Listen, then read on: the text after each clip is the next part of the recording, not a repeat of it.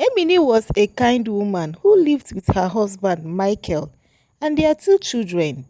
She loved her family deeply and always did her best to take care of her home and keep everyone happy. But Michael had a weakness. He was a womanizer and a cheat. He often went behind Emily's back to be with other women. He thought she wouldn't find out, but Emily was smarter than he thought. Many times, Emily would catch him with clear evidence. Sometimes it was text message from other women, and sometimes calls he couldn't explain. Each time she confronted him, he would fall to his knees and apologize. "I am so sorry, Emily," he would say. "Please forgive me. It won't happen again." Because Emily had a good heart, she forgave him again and again. She believed in love and she wanted to keep her family together. She hoped that Michael would change, but he didn't. Time after time, Emily caught him cheating again, and each time the story was the same. She showed him the proof and he begged her to forgive him.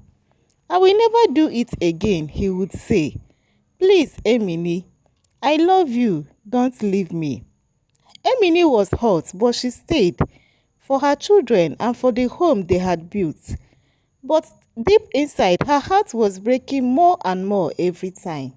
Sometimes, when Emily couldn't hold the pain in anymore, she would go to visit her close friend, Angela. Angela was the only person she could talk to about what was going on in her marriage. One afternoon, after another painful fight with Michael, Emily went to Angela's house with tears in her eyes.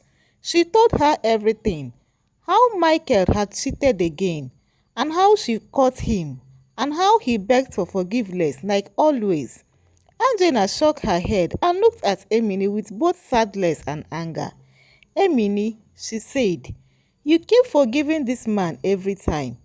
Do you want to die of heartbreak because of this dog of your husband? The earlier you take another decision, the better for you. One day, he might bring home a disease and infect you." Emily sighed deeply and replied, "My dear, I love my children. I don't want them to grow up without their father. That is the only reason I am still there."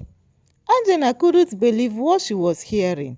She sat up and said, "So that is why you have chosen to die slowly? Because of their father? Come on, Emily. Your parents are rich. Go back to your father's house with your children before this man kills you with heartbreak." Emily sat quietly thinking. Her heart was heavy and her mind was full. Angela's word hit her hard because deep down she knew her friend was right. Angela came closer, held Emily gently by the shoulder and said, "Emily, my dear, there are so many women out there who raise their children without a father. That doesn't stop the children from keeping their father's name. Please leave this man before he destroys you completely, before he breaks your heart so much that you can't even recognize yourself anymore. Think about your life too. If you feel ashamed to return to your father's house, bring the keys and come live with me. Don't do something today that you will regret for the rest of your life." Emily looked down for a moment, then slowly nodded. "I understand, Angela. I know how much you care about me and the kids. I really do. But I still don't want them to grow up without their father. I want them to feel like they belong there." Angela nodded sadly and replied, "Okay, if you insist, I won't force you. I just pray may he never cheat on you again. That is all I wish for now." There was a heavy silence between them, the kind that says more than words ever could. Angela squeezed Emily's shoulder once more and gave her a soft smile. Even though her heart was full of worry, Emily tried to smile back, but her eyes gave her away. She was still hoping, still holding on. But Angela knew sometimes love wasn't enough. Emily returned home quietly. She walked into her bedroom, closed the door behind her, and sat on the edge of the bed. Tears began to fall.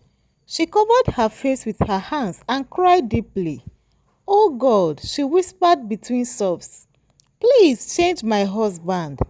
Please make him see that my heart is full of pain. The heartbreak is becoming too much for me. I love him so much, I don't want to lose him." Her voice broke as she cried harder, her whole body shaking. "I gave him everything. My heart, my time, my life. Why does he hurt me like this?" She cried and cried until there were no more tears left in her eyes. Her chest still hot, but her tears had run dry. She laid back on the bed, staring at the ceiling, her heart tired and her mind full of pain. Michael continued with his womanizing attitude. He would organize parties with women and enjoy himself throughout the day. There would be music, drinks, laughter, and all kinds of fun. He made sure he was always surrounded by different women, giving them his time and attention. But when night came, Emily would expect him to have sex with her. She waited, hoping to feel loved and wanted. Michael would always tell her, "I don't have strength. I am just exhausted from the day's work." He said it calmly, like nothing was wrong. He acted like he had been busy working hard all day, even though he had spent most of his time partying and having fun with other women. And so, every night, Emily was left feeling sad and confused, while Michael turned over and went to sleep, pretending to be tired, hiding the truth behind his fake exhaustion. Every night, Emily lay in bed with a heavy heart. She felt the need for love, for closeness, for her husband's touch. But Michael always had an excuse. "I am just too tired," he would say. "I did a lot of work today." At first, Emily tried to be understanding. She told herself maybe he is really tired. Maybe tomorrow would be different. But tomorrow never changed. The same excuse came every night, and the same distance grew between them. What made it worse was that deep down, Emily knew the truth. Michael wasn't too tired for everyone. He was just too tired for her. He still had the energy to dress up nicely, to stay out late, to smile at his phone when he thought she wasn't looking. He had strength, but he was giving it to someone else, another woman, not his wife. That thought made Emily angry, not just because she felt rejected, but because she knew she deserved better. She had stood by him, loved him, and waited for him.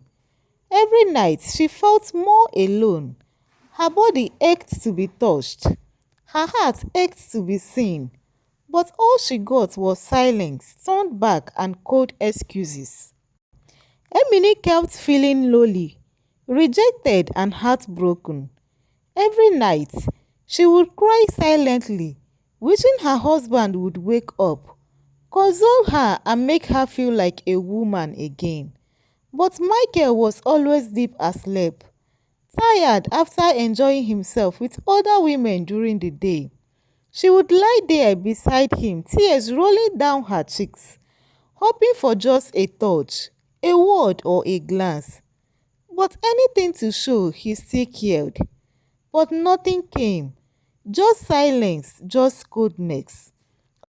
Unable to bear it, Emily would quietly stand up and walk to her children's bedroom. She would lie down beside them, cuddle them close, and whisper with a shaky voice, "If not for you, my children, I would have left this loveless marriage. But I don't want you two to be raised without both your parents." She held them tightly, their peaceful sleeping faces the only comfort she had left. They were her reason to stay, her reason to keep going, even with a heart full of pain. One night, Emily couldn't take it anymore. Her husband, Michael, had come home, eaten, and gone straight to bed like he always did. He fell asleep quickly as usual, but Emily was wide awake, lying beside him, feeling alone and empty. She gently woke him up and said, Michael, please, I need to talk to you. Michael opened his eyes slowly, already tired. What is it, Emily? He asked. She took a deep breath and said, I need you. I need you to touch me. I need you to make me feel like a woman again. It's been weeks, and every time I try to talk to you, you keep saying the same thing. Michael sighed and replied, Emily, I am just stressed out. I don't have the strength to do anything tonight. Hearing that broke her heart. Tears filled her eyes. She cried out loudly, but I am your wife. I miss you. I miss us. I need you to make me feel like a woman again. But Michael didn't say anything more.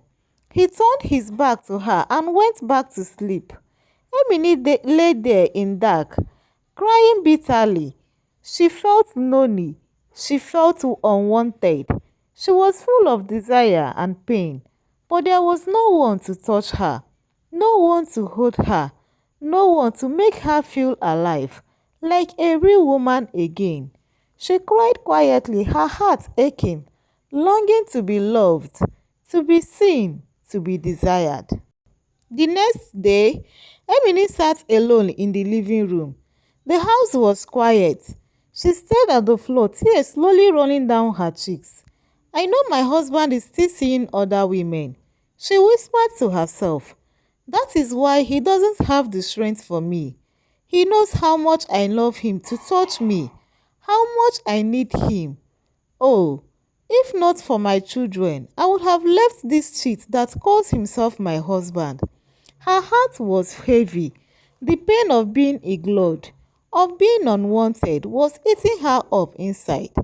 Just then, the front door opened. It was her close friend Angela. She had come over to visit, but as soon as she walked in and saw Emily's face, she frozen. Emily, Angela rushed to her side. What is it again? Did you catch him with another woman again? Emily couldn't even speak. She just cried harder and Angela wrapped her arms around her, holding her gently. It's okay. I am here now, Angela whispered. You don't have to go through this alone. Emily shook her head slowly, wiping her tears. I didn't catch him, Angela, but I feel it. I know it. He doesn't touch me anymore. He doesn't look at me like he used to. I am his wife, but I feel like a stranger in my own home.